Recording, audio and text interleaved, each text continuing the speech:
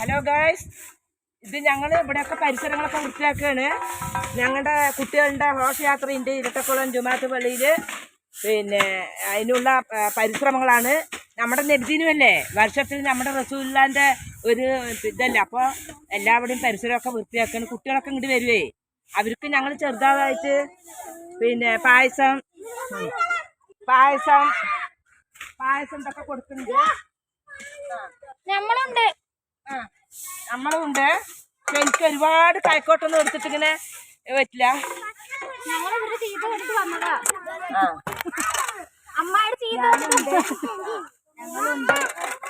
ഞങ്ങൾ എല്ലാവരും സഹകരിച്ചിട്ട് കൊല്ലം ചെയ്യാറ് പതിവുണ്ട്. ഞങ്ങള് പറഞ്ഞാല് എല്ലാവരും നല്ല ഒത്തൊരുമയാണ്.